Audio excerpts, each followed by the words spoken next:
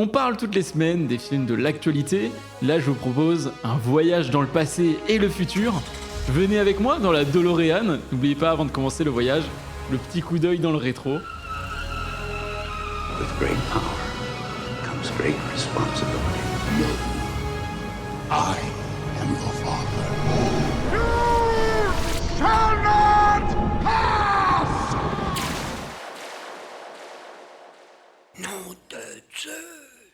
Dans le rétro, c'est le format où on revient sur des films du passé et c'est vous qui choisissez le film en votant en sondage sur Instagram. D'ailleurs, ça tombe bien parce qu'à chaque fois, c'est petit coup d'œil dans le rétro par rapport aux voitures. Et aujourd'hui, on va parler de Fast and Furious 7. Donc de voitures. Ouais, donc de voitures, donc ça colle plutôt bien quoi. Donc n'hésitez pas à nous suivre sur nos réseaux sociaux. Alors on passe vendredi ciné pour pouvoir voter aux prochaines élections. Je sais pas si on peut dire ça. À les élections, ils vont pouvoir dire qui sera leur prochain chroniqueur, etc. Ah oui, d'accord, ok. Je savais pas que ça tournait comme ça. J'ai pas préparé de campagne là. Aujourd'hui, on s'arrête sur un film, que dis-je, sur un monument du 7e art. On va parler de Fast and Furious 7. Let's do this. I don't have friends. I got family.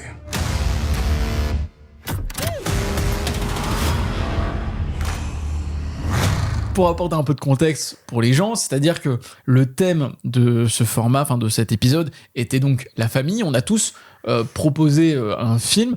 Moi, j'avais proposé Marcel le Coquillage, Jade avait proposé Aftersun, et Lucas avait proposé Lilo et Stitch. Et je m'attendais à ce que Lilo et Stitch écrase tout, alors que c'est celui qui a été le moins voté. C'est fou, et ouais. Fast and Furious 7, c'était très serré entre Fast and Furious 7 et Aftersun. Et on a refait un vote. Étrange. Trop bizarre. On a deux sortes de communautés dans notre genre les mecs Fast and Furious et les mecs Aftersun. Okay. Et on a refait un vote juste entre Fast and Furious 7 et Aftersun, et Fast and Furious 7 a tout écrasé. Donc les gens ont vraiment envie de nous entendre parler de Fast and Furious 7, et parce que c'est un film qui est beaucoup aimé. Mais de quoi ça parle en fait, Fast and Furious 7? Dans ce 7e volet, la menace prend les traits d'un tueur à gages des opérations spéciales britanniques, aussi insaisissable qu'impitoyable, qui n'a d'obsession que la vengeance de son petit frère. Don va devoir tout faire pour protéger sa famille, mais à quel prix? À quel prix C'est Au la prix question. de beaucoup de voitures. Au prix de sacrément de voitures et de litres d'essence, vu que le litre d'essence coûte maintenant 2 euros. Non, mais N'est-ce pas Ah vous vous rendez compte? ouais. Vous vous rendez compte? Ils appuient pleine pédale comme ça, et 2 euros là. Non mais Non. sont fous à Hollywood. Sans compter les réparations, enfin bref. Voilà, à ce prix-là. La main d'œuvre et tout. Enfin, Fast and Furious 7 est donc la suite directe de Fast and Furious 6, mais aussi le film avant Fast and Furious 8. Là, j'essaie de broder un peu parce que je sais pas ce qu'on va raconter après là, sur ce film. Et cette fois-ci, c'est réalisé par James Wan. Alors, petite parenthèse sur James Wan, qui est très connu maintenant, et même à l'époque, il était surtout connu pour le cinéma d'horreur avec Saw, Insidious, Conjuring. Donc, il avait déjà tous ses gros succès. Le souci, c'est que notre petit James, il commençait à se faire chier dans le cinéma d'horreur et il se sentait enfermé dedans, à toujours faire les mêmes films. Et il s'est dit, en vrai, je vais faire autre chose. Et il est parti faire Fast and Furious 7. Je me dis, mais c'est complètement dingue là, le parallèle, le grand écart qu'il nous fait est génial. Et tu sens vraiment qu'il s'amuse dans ce film parce que il apporte sa signature qui est cette caméra très mobile, flottante de ces films d'horreur qui vient amener cette fois-ci dans Fast and Furious 7. c'est quand même la norme dans le cinéma grand public quand même. Où je rêve. De quoi Cette caméra flottante, comme tu dis, on a rarement une caméra Non mais constamment fixe, en mouvement en fait. C'est ça, dans le cinéma d'horreur, il l'utilise parce que du coup ça fait de la tension en fait, tu ne t'arrêtes Oui, jamais. Donc, Ce que je veux dire, c'est que c'est original dans le cinéma d'horreur. Dans Fast and Furious, si ta caméra elle bouge pas tout le temps, il y a peut-être un problème qui va se créer, ouais. Non mais je veux dire en tout cas, ça serait original ça. Dans ces mouvements en fait Très particulier, à lui que tu pourrais identifier comme sachant qu'à plein de moments en fait, tu vas avoir l'impression, c'est ce qu'il fait dans son cinéma d'horreur, c'est t'as l'impression même que, on sent le caméraman derrière quoi. Genre la caméra va avancer dans un sens puis va pivoter, se retourner pour aller dans un autre.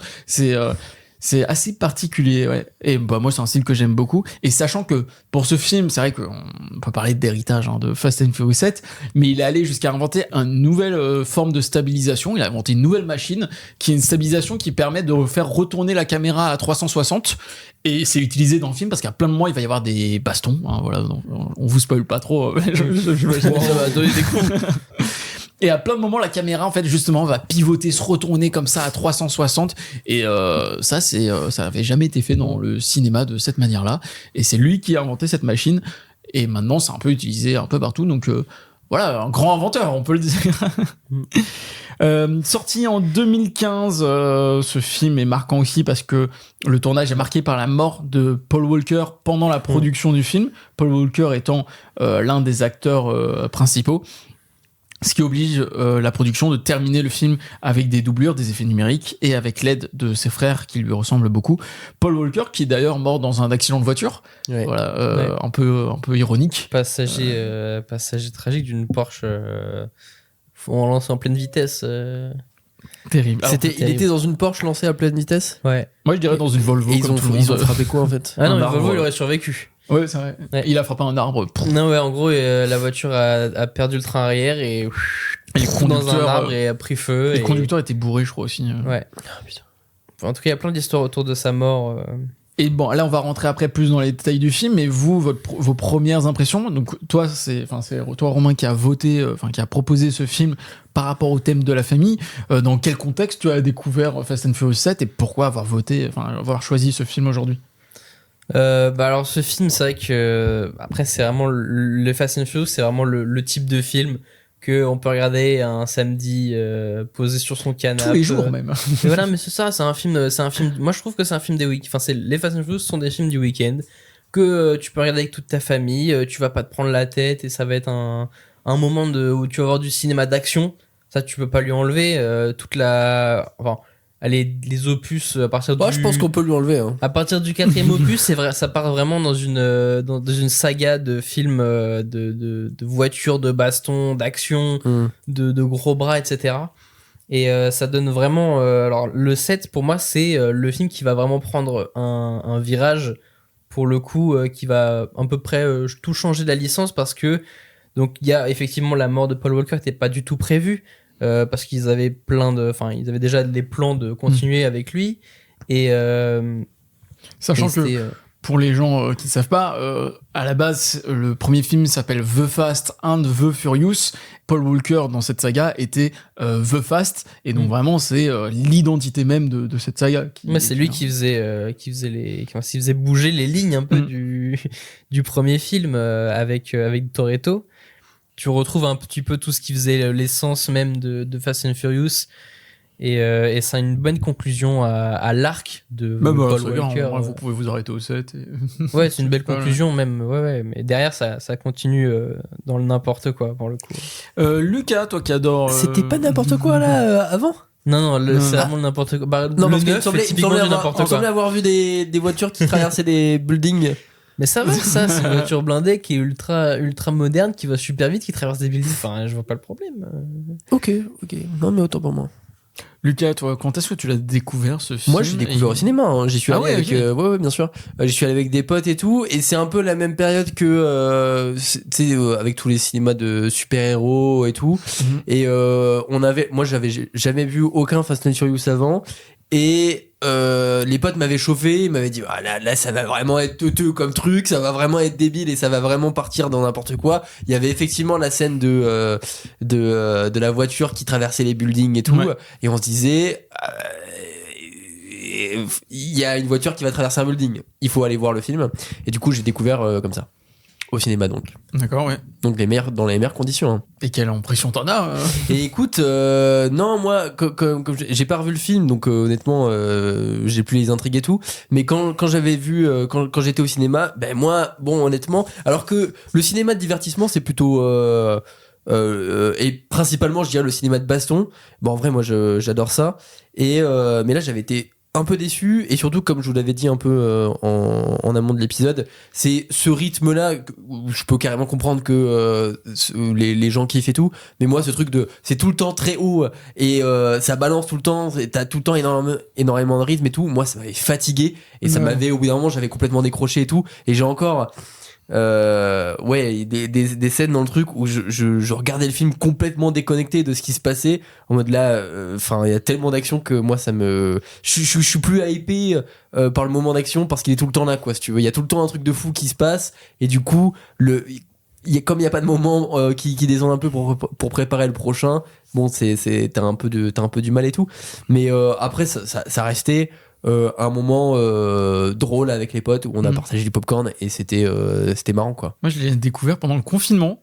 Pendant le confinement, tous les Fast and Furious étaient arrivés sur Netflix, et comme j'avais beaucoup de temps à perdre, comme tout le monde, je m'étais dit je vais découvrir cette grande saga du cinéma. Et du coup, chaque jour, je me faisais un Fast and Furious. Du coup, je les ai tous vus comme ça. Et donc le 7, c'était vraiment le meilleur, sachant que je savais quand je regardais qu'il y en avait un où Paul Walker allait mourir, mais je ne savais plus lequel c'était. Okay. Et du coup, quand ça arrive, cette scène, et on reviendra dessus, mais je me suis pris une claque, quoi, une décharge émotionnelle comme ça d'un coup, parce que en fait, moi, toute cette bande, j'ai appris à les aimer d'une certaine manière. J'exagère peut-être un peu, mais je faisais partie. J'avais l'impression que c'était mes potes, et du coup, d'un coup, avoir cette scène c'était ta déchirante, famille. Peut-être. C'était un peu ma famille, et qui t'arrache quelque chose en toi. Ouais, c'était vraiment hyper fort, et c'est pour ça que j'en garde un super bon souvenir, et c'est un film que j'ai revu plein de fois par la suite, quoi. Combien de fois, dis-nous?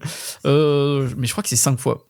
Et ouais, du coup, toi, tu disais que c'était un moment charnière dans la saga, et effectivement, peut-être si on peut faire un petit aperçu de la saga, parce que peut-être des gens nous écoutent, mais n'ont Peu jamais de gens ont vu les 10 films, là, actuellement, il me semble.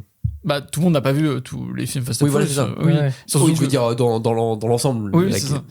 Et du coup, ça peut faire un peu peur, même, de se dire, tiens, 10 films à voir de 3 heures, là, on va pas les résumer, mais en tout cas, sachez que les 3 premiers, la saga, elle se cherche, c'est un peu bizarre. Le premier, donc c'est un policier qui va infiltrer cette bande de braqueurs.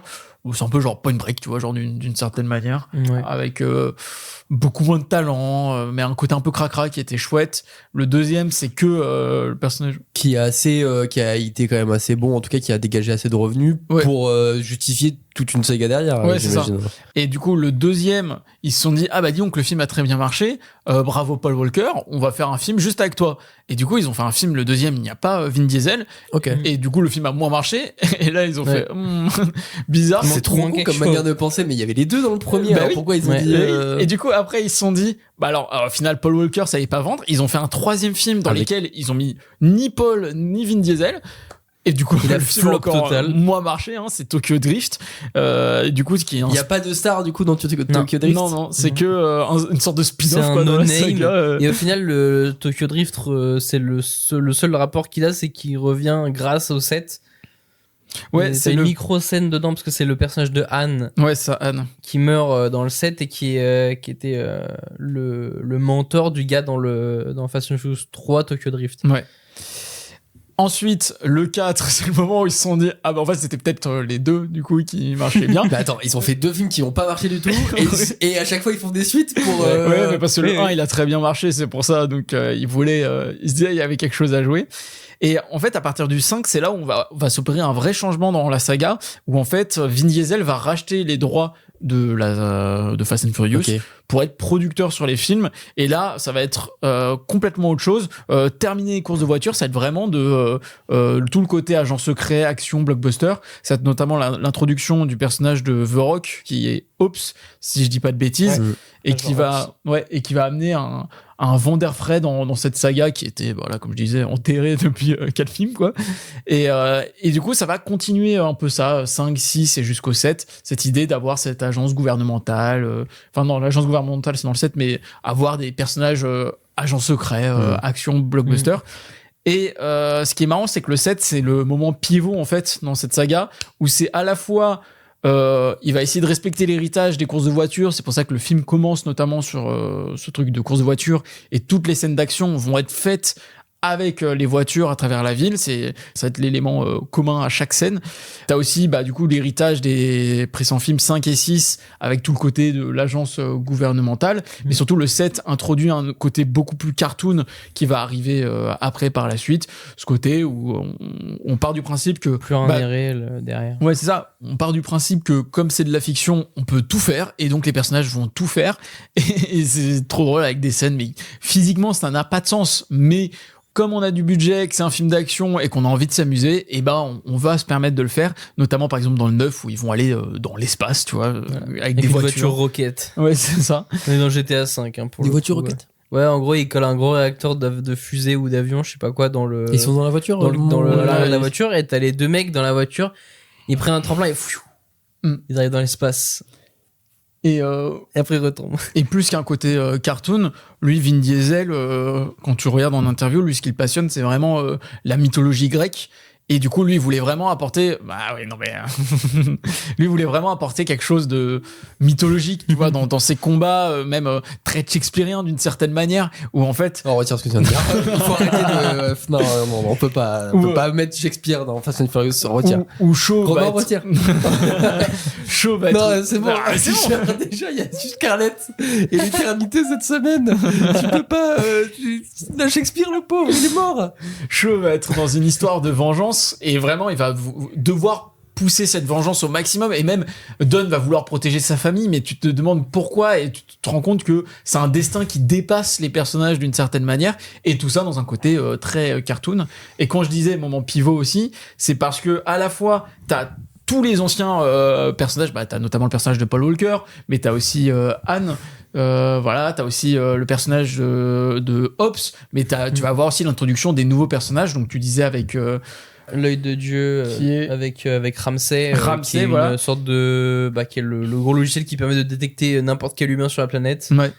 Donc ça va être l'introduction du personnage de Ramsey, mais aussi du personnage de Shaw qui va être très important. Le retour du personnage de Letty qui après son accident retrouve la mémoire de plus en plus et qui revient à... Donc le 7 est un peu le moment charnière de la saga, ce qui est le plus représentatif de ce qui a été Fast and Furious tout au long de ces années. Et vous, est-ce que c'est quelque chose qui vous parle quand vous voyez le film aujourd'hui ou pas tellement? Shakespearien, je vois pas. Mythologique, je veux dire. Je vois, en tout cas, tu sens l'envie et l'idée de faire du drame. Mythologie grecque ou quoi, les gars, je sais pas. Mais en tout cas, oui, l'idée de rendre tout ça extrêmement dramatique, mais comme tu disais, par rapport à la famille, vraiment, nos potes, finalement, c'est la vraie famille qu'on défend, nos valeurs, etc. La famille qu'on choisit. Et donc, et c'est plus ça qu'on défend. Et derrière, oui, effectivement, des trucs qui prennent une ampleur incroyable. Mythologie grecque, non mais dans le sens où les combats peuvent être tellement immenses que ça détruit ton environnement, etc. Vin Diesel tape du pied sur un parking, t'as le sol qui s'effondre. Bon, voilà. Bon, mais comme tu disais, c'est cartoonesque. Mais oui, en tout cas, il y a ça, c'est Paul le dire, il y a le sens du drame. Voilà, c'est clair. Et toi, Romain, ce côté un peu cartoonesque, c'est quelque chose qui te fait kiffer dans la saga, ou tu préférais quand c'était plus sérieux non, moi je kiffais. J'ai adoré la saga à partir du 4, je pense, où là j'ai vraiment, je pense, regardé à chaque fois, peut-être re-regarder les épisodes avant de voir le prochain sortir. Donc franchement, moi j'étais super hype, la saga me plaît. J'ai même été voir le 8, le 9, il me semble, en avant-première et tout. Ah oui, Rex, ok. Ouais. Pour au final voir une daube pareille, c'est vrai que le 9, c'était une déception totale. C'est intéressant parce que si vous pouvez me dire, qu'est-ce qui diffère un bon Fast and Furious d'un mauvais du coup? C'est vrai que c'est une question intéressante, ça. Parce que le 7 c'est très très bien et ça, enfin je dis c'est très très bien, selon vous et tout, c'est le meilleur de la saga. Et ça part vachement en couille dans le sens où c'est très cartoonesque et tout. Par contre le 9 c'est pas bien, ils vont dans l'espace, ça va trop loin. Parce que le 9 justement c'est le passage poussif de ce qui était amené dans le 7, justement, les nouveaux personnages, Ramsey, l'œil de Dieu, le truc qui va chercher, qu'on repart dans le 8 encore quand ils sont au Brésil. C'est un peu une redite. Ouais, en fait c'est le concept de base qui s'est essoufflé, c'est l'antagoniste qui est un peu qui brinque-balle quoi en fait sur tout le film, parce qu'on peut pas dire que dans le 7 l'antagoniste, moi je pense, enfin l'antagoniste c'est du coup c'est Statham c'est ça. Et lui en tout cas il est très très stylé parce que c'est Statham. Par contre lui son personnage, c'est pas forcément un grand méchant qui sort de l'ordinaire. Il sort de nulle part en fait. C'est un mec qui sort de l'ombre et qui est là, qui apparaît un peu de rien parce qu'il avait juste son frère. Oui. Mais ce qui est marrant dans la saga, c'est que bon, il y a toujours eu ce côté très sérieux des personnages, mais là du coup dans le set comme je disais c'est très cartoon, et lui il va être dans un contraste tellement élevé où il va être tellement sérieux que enfin ils vont exagérer ce point là qu'en fait t'as l'impression qu'ils sont pas dans le même film, et c'est ça qui est hyper drôle et qui pourrait être un défaut, mais là ça ne l'est pas, où en fait lui il vient vraiment amener un... Oh, mais ça ils l'ont avec Jason Momoa qui non, joue... Jason Momoa il fait des blagues tout le temps, Ouais. et tout le temps Ah ouais, ok. tralali il a l'air, Ok, et d'accord. même Dans dans le le 8, je crois. même dans le 6 le frère de Shaw qui lui aussi faisait des blagues, Statham lui dans le 7 il fait pas de blagues, et en fait Ouais. en plus d'être un antagoniste pour la vie des personnages, il est aussi un antagoniste pour la dynamique des personnages, où Ok. lui genre les personnages ils vont être là à vouloir se taper, et lui c'est une phrase qui m'a marqué, qui est là à dire mais tu crois que je suis là pour me taper dans la cour de récré, et il ramène ses potes qui ont tous des flingues et qui braquent tout le monde, et du coup c'est ça qui fait qui est un vrai antagoniste, et qu'il va opposer les personnages dans leurs valeurs physiquement, et surtout dans cette dynamique qu'ils ont en tant que Parce que famille. les valeurs de la famille c'est de se taper. C'est un peu ça pour Dom, Non, mais quoi. pour Dom, c'est vraiment de défendre coûte que coûte les intérêts de sa famille, quoi. Et tu touches Ok. à un, peu importe lequel, tu touches à un cheveu de mon petit frère, Ouais. et je te casse la gueule. Mais là, le méchant, là, il veut venger son frère qui a été tué par Hobbs. Oui, ouais. mais justement, c'est après ce qui, dans la saga, va les faire rejoindre le camp, enfin, va rejoindre les deux camps, quoi, pour qu'au final, Parce on qu'ils ait... sont tous motivés par la vengeance Ah. des gens Ouais, il qu'ils y a aiment. l'ennemi commun, quoi. C'est qui l'ennemi commun, du coup? Et dans le, La suite. la finale, dans le 10, pour l'instant, dans le 10, l'ennemi commun, c'est Jason Momoa. Ok. Mais pour Avec revenir, ses lunettes de ça, soleil. ouais.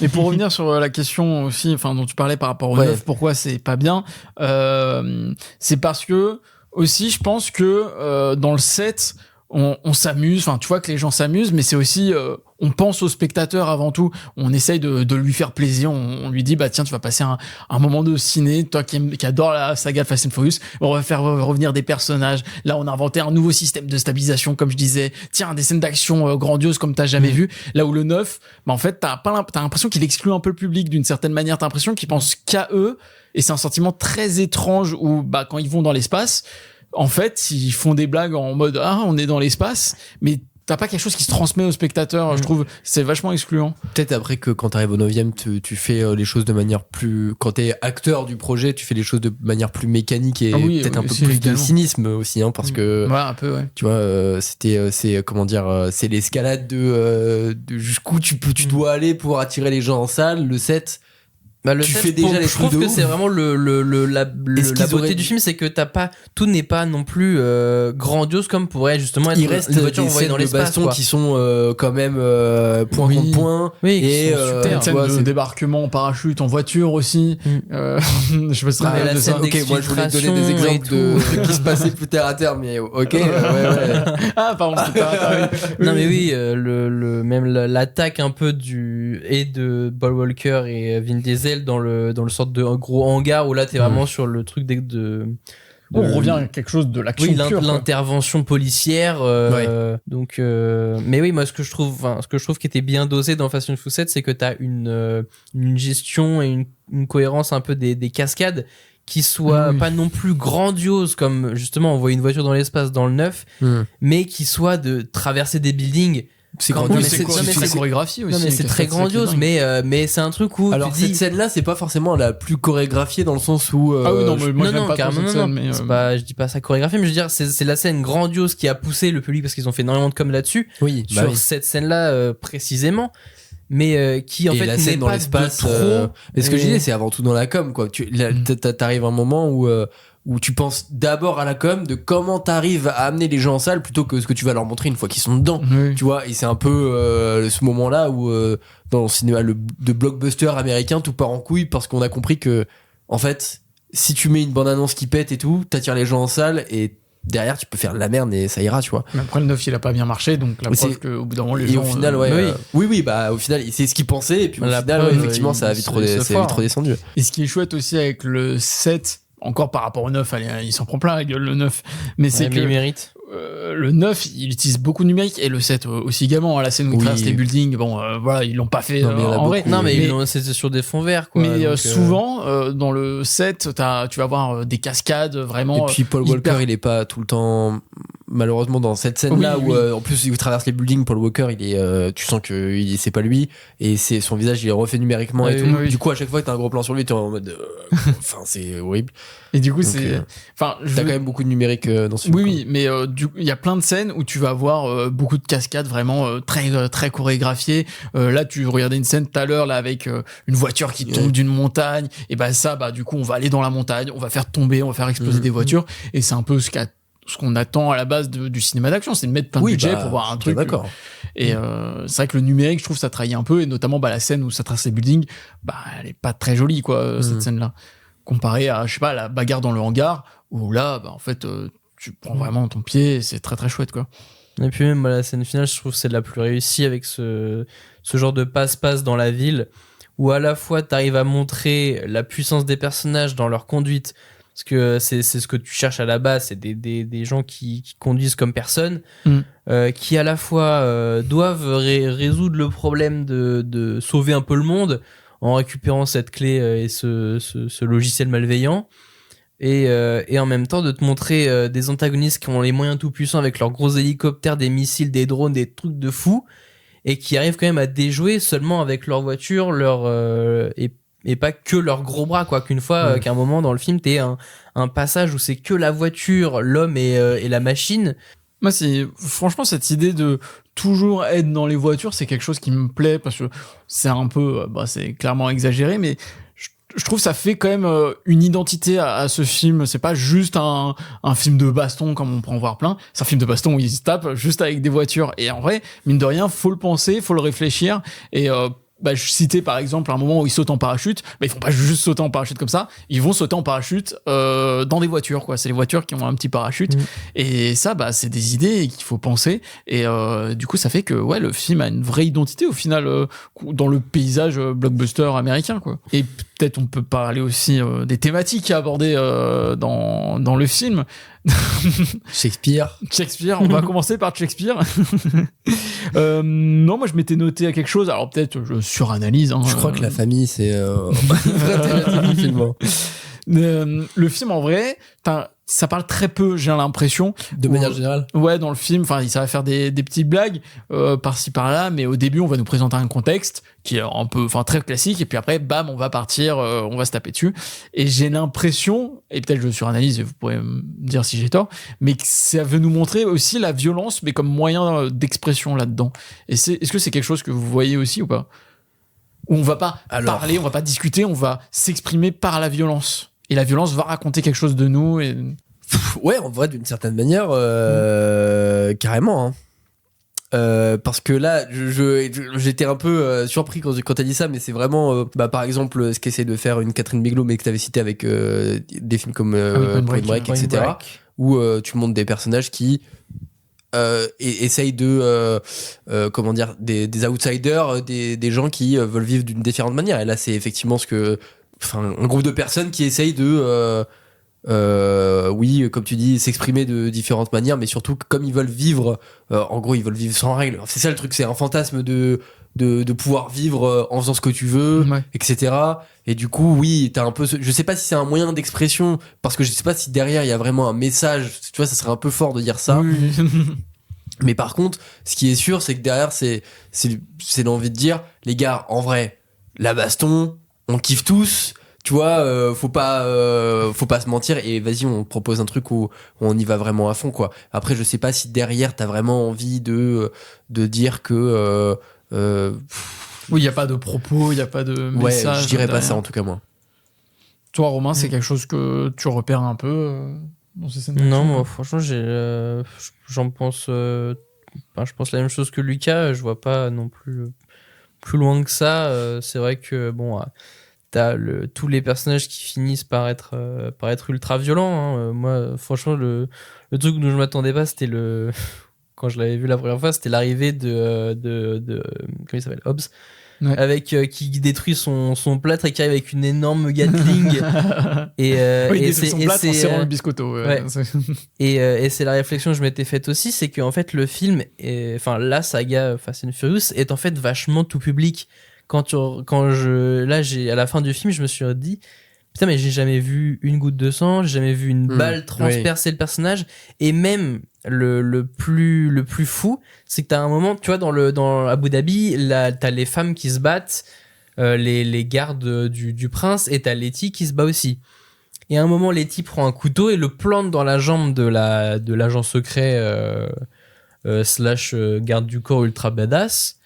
Et jamais tu reverras le couteau être ni enlevé avec du sang, ni... En fait, il n'y a jamais... Ce qui serait un défaut, hein, quand même. Ouais, non, mais c'est qu'en fait, toute la violence, au final, reste... Les gars, moi, en tout cas, je me permettrais pas d'analyser le truc en mode ouais, ça, il y a pas de sang parce que un truc, c'est juste effectivement qu'ils veulent rendre le film le plus tout public. C'est que le film est ultra lisse. Là, derrière... Lissé sur la violence.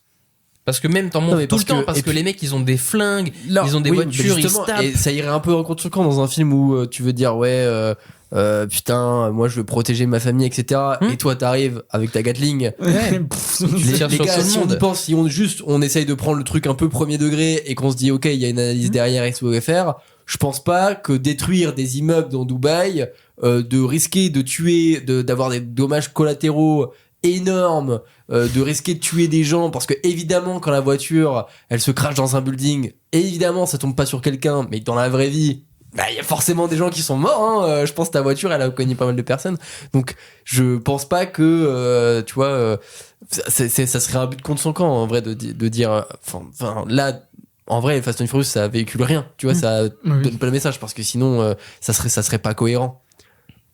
C'est vide quoi, c'est un plaisir dégressif, mais je pense que derrière faut pas non plus analyser le truc quoi.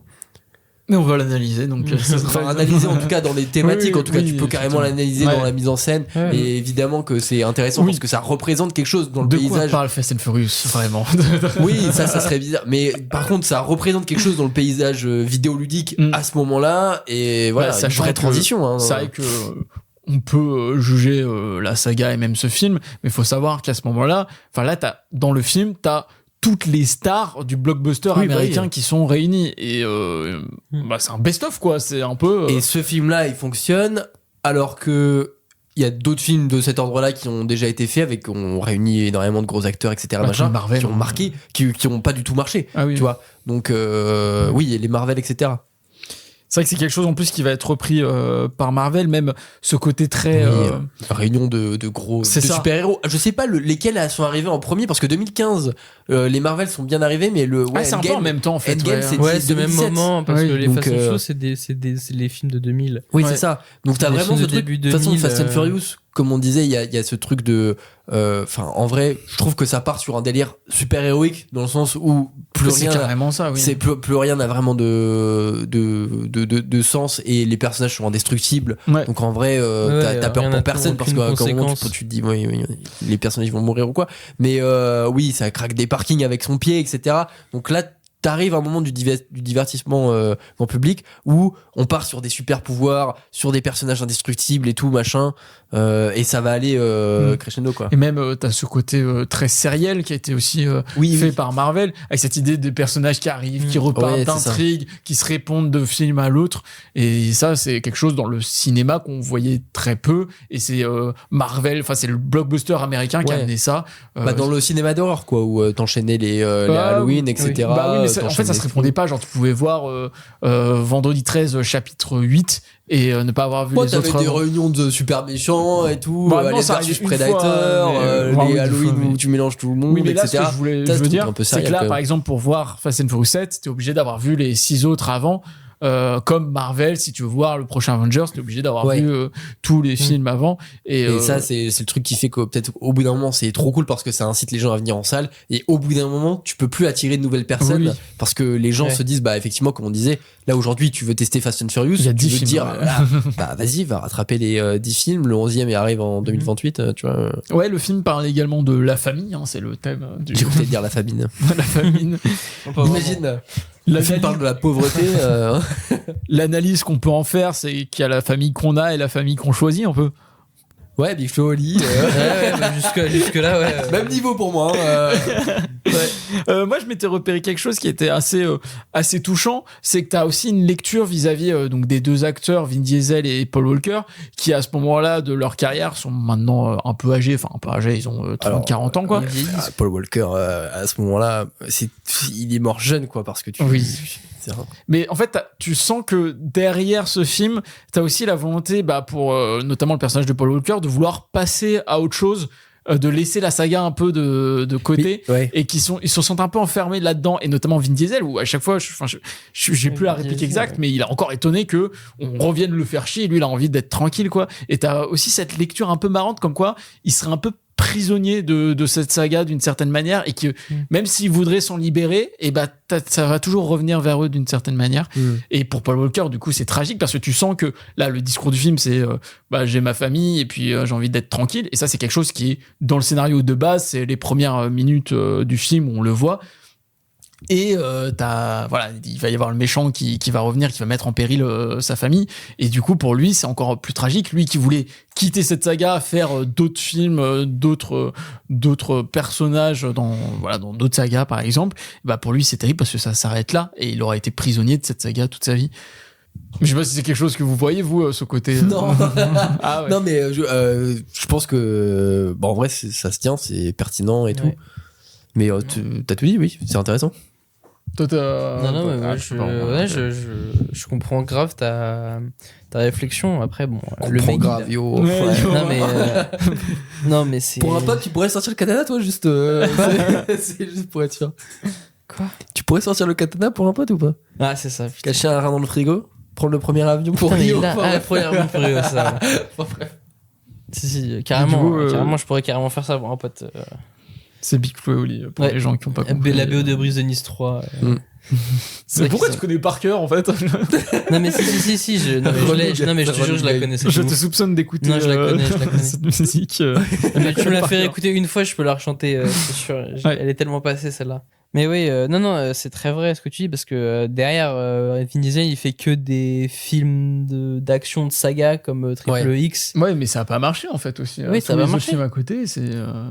Ouais, mais au final, il est piégé dans un genre qui ne bougera jamais, dont il ne sortira jamais. C'est pas possible. Tu verras jamais Vin Diesel dans un film comme History of Sound. C'est pas crédible en fait. J'ai la vision. Non mais j'ai envie de dire que voilà le pauvre gars il s'est fait enfermer dans ça et que c'est impossible pour lui de trouver une porte de sortie à cette saga et à d'autres films que d'être un gros bras avec plein de muscles et mais je trouve que du coup ça se voit un peu dans le film quoi, cette tristesse là. Après bon, il est multimilliardaire donc après on s'en bat les couilles. Le mec est producteur et tout, bon, ça va. Y a pas de souci. Et peut-être on peut revenir du coup sur la mise en scène de Jameson, mais principalement sur la fin. Donc comme je disais tout à l'heure, il y a ce côté du mouvement constant où la caméra est tout le temps très mobile et en fait mine de rien, dans la saga Fast and Furious et même dans le cinéma blockbuster, au final, c'est pas quelque chose qu'on voit beaucoup. En fait, en général, ça va être très cuté, mais ça va pas être très mobile en fait. Et là, la caméra va être tout le temps constamment en mouvement, elle va jamais se poser en fait.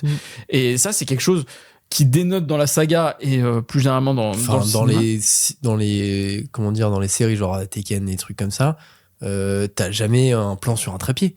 Ah si, non, en tout cas t'as des plans fixes. Non mais carrément genre t'as toujours une shaky cam, t'as toujours un truc qui fait que genre, et en fait t'as toujours une caméra portée qui bouge tout le temps. Il y a jamais ce qui Taken, encore une fois. Non, le piège c'est penser que, et je te mets au défi de revoir la Taken.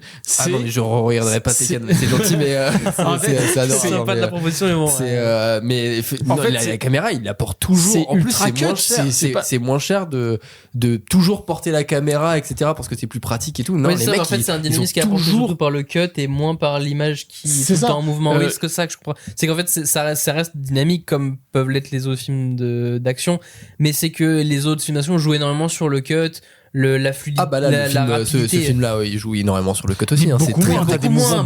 T'as des films t'as des plans qui sont vachement longs quand ils sont en voiture ou par exemple quand ils suivent le gros car là, le gros bus.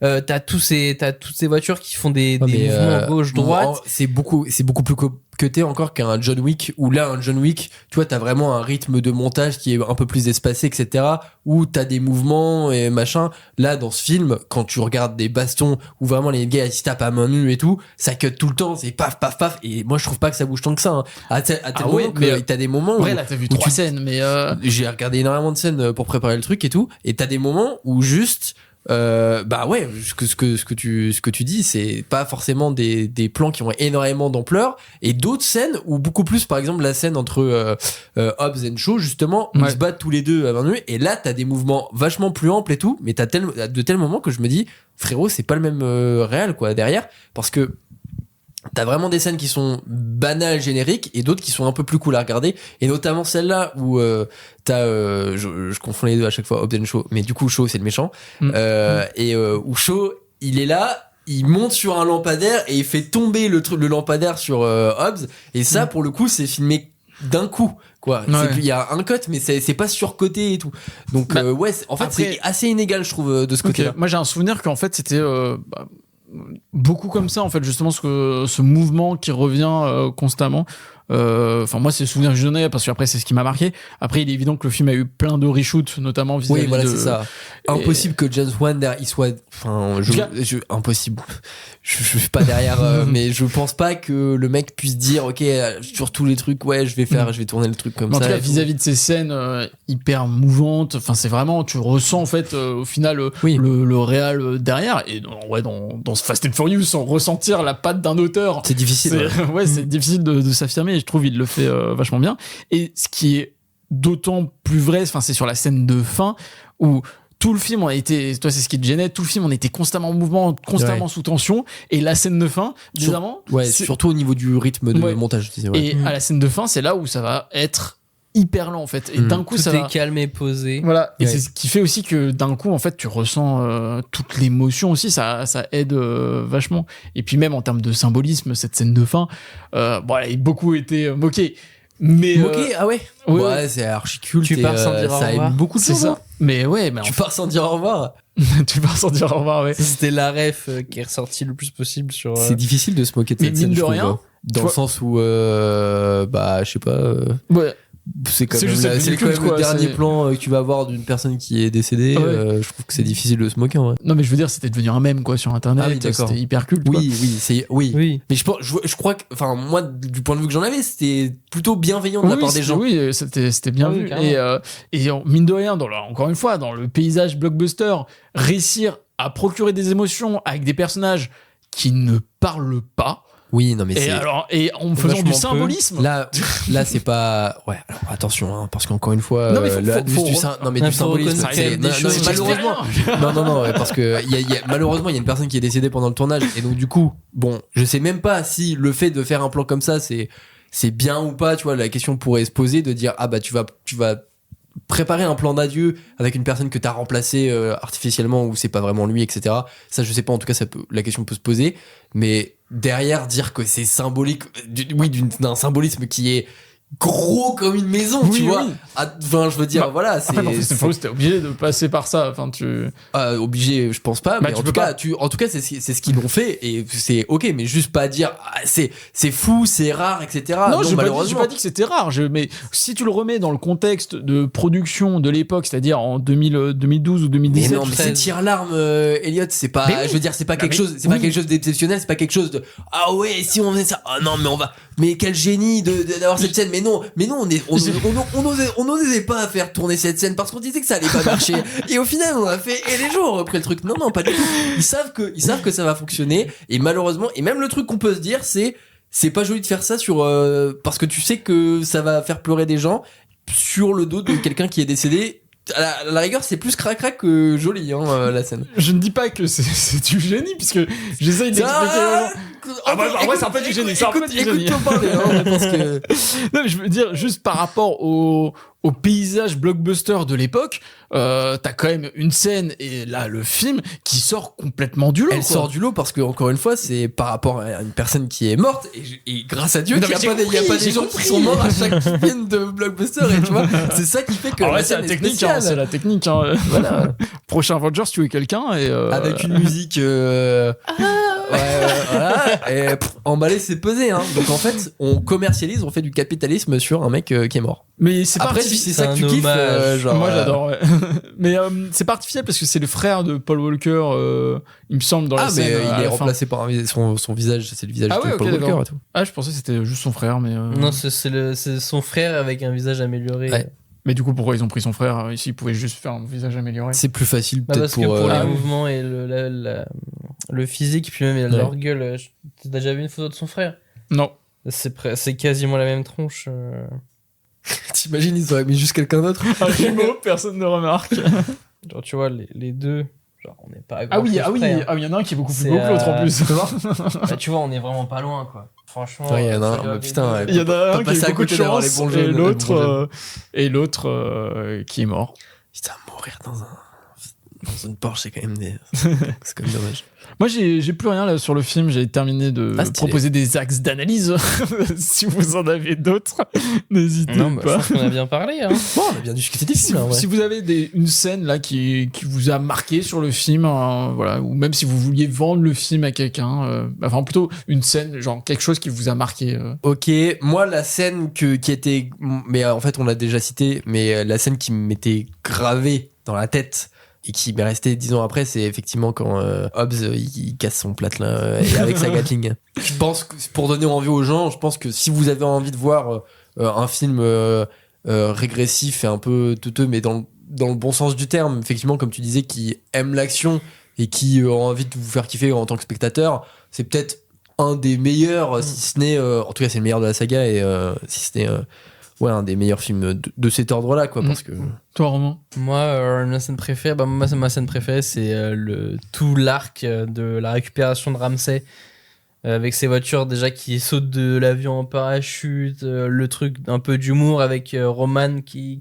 fait des tours et des tours avec son parachute, et derrière t'as cette grosse scène d'action avec tous les le dénivelé là qu'ils prennent avec Shaw et Vin Diesel en mode je mets toujours 7-8 vitesses dans ma voiture mais je saute quand même du truc, je sais pas s'il va prendre un putain d'arbre, mais c'est fou. Moi je trouve toute cette scène là elle est folle dans les montagnes, c'est je pense une de mes scènes préférées de tout Fast and Furious confondu. Ah oui, ouais. Ouais, vraiment de la séquence dans la montagne est dingue. Ouais. Voilà. Donc si vous avez pas encore vu cette séquence là, foncez. Foncez voir le film entier parce que. Ouais. Et bah voilà, c'était. Moi, si vous voulez, je peux. Et toi, me ta dire, scène ouais, c'est vrai préférée, que, ta scène préférée. ouais. Ah, mais moi, j'aime tout le film. Moi, je pense que c'est l'introduction du personnage de Shaw. Je l'aime beaucoup, donc dans tout le bureau avec Hobbs et sa secrétaire. Où en fait, toute la scène d'introduction, tu ne sais pas ce qui va se passer. Tu comprends qu'il y a quelque chose. Enfin, tu comprends pas pourquoi on filme des bureaux dans Fast and Furious, et parce que c'est la suite directe du 6. Et puis là, on va t'introduire le personnage de Shaw. Et je trouve qu'en termes d'entrée en matière, c'est un truc très classique, mais tu vois, genre un méchant qui détruit le mec le plus fort de la saga. Je trouve ça annonce la couleur, et puis après il part, t'as une explosion derrière lui, il dit allez, je dois terminer le boulot. Et je crois qu'il dit vraiment un truc comme ça. Et vraiment, ça me fait kiffer quoi de voir ça, et ouais, plaisir régressif à fond, et du coup ça annonce la couleur du film par la suite. Et puis voilà, c'était Fast and Furious 7. Vous aviez envie de nous entendre sur Fast and Furious 7, j'espère que vous avez été ravis, comblé. Voilà, on aurait pu parler de Lilo et Stitch, de Marcel le coquillage. Après, moi, ça me fait plaisir de parler Fast and Furious avec Romain. Là, on est Aux hyper anges. content. Là, franchement, J'ai déclaré forfait. Ouais, là, c'est quand même parfait. C'est le seul moment dans le podcast. Ça arrive. C'est une Ça fois arrive. tous les 500 ans. Alors le premier dans le rétro c'était Mamma Mia déjà, Ah oui, ouais. et c'était dur hein. C'est vrai que c'était pas facile. Mais en tout cas, là, des opportunités comme ça, Romain, faut les saisir, Ouais. parce que ça arrive une fois tous les 500 ans. Et t'es C'est passé, franchement il y avait des concurrents hein, en face hein. Ouais. Bah, moi je m'attendais vraiment à Lilo et Stitch comme disait Elliot Ouais, au ouais. début.